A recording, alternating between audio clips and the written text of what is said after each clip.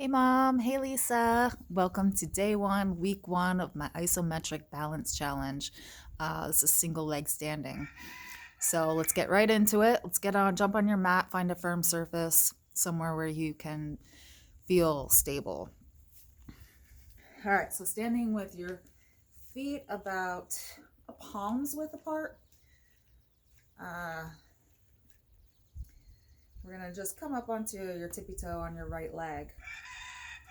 Now with your standing leg, with your left leg, give a slight bend in the knee and spread the toes wide and really press down into the ground.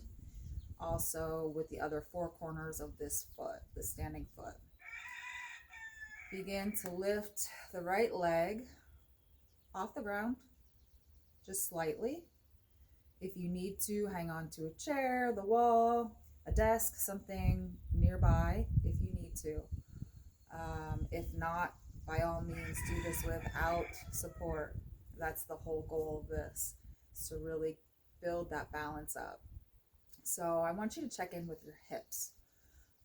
Just ensure that your hips are parallel to the ground and that you're not sinking in to one side or the other, but really draw that up. So you're actually using your oblique here a little bit. So this would be like a level one. So you can stay here and hold here for as long as you can, or you can simply bring your knee up, quadricep parallel to the ground, and you can hold here. Remember to keep that slight bend in the standing leg. Now you can start to, after a few moments, you can begin to feel some things turn on. So let's just check in with what we're feeling. Definitely some activation in the ankles, in the calves, around the knee. Of course, the quad is really turning on here.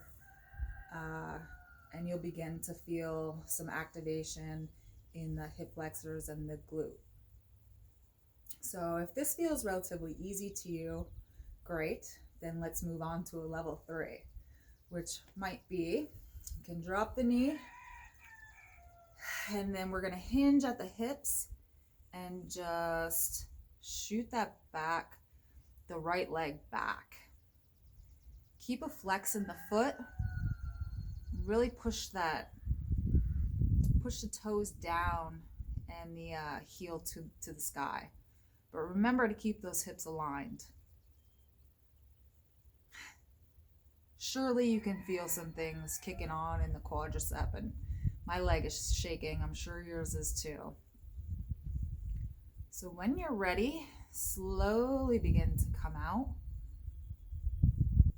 It's all about slow, controlled movements with isometric.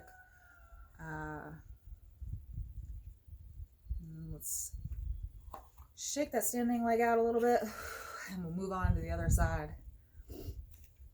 All right, again, about a palm's width apart with your feet. Lift the right leg up. Oops, I'm sorry. Let's do the other leg. Let's lift the left leg up onto the tippy toe. Slight bend in the right leg. And check in with the hips. Hips are parallel to the ground. And let's lift the leg up. Hold here. Or come into level 3. Hinging at the hips.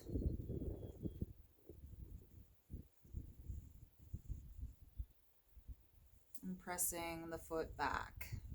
Remember to keep a flexed foot. I'll just turn to the side so you can see that. Up onto the tippy. Leg comes up. Back down. Hinging at the hips. Pressing the foot back.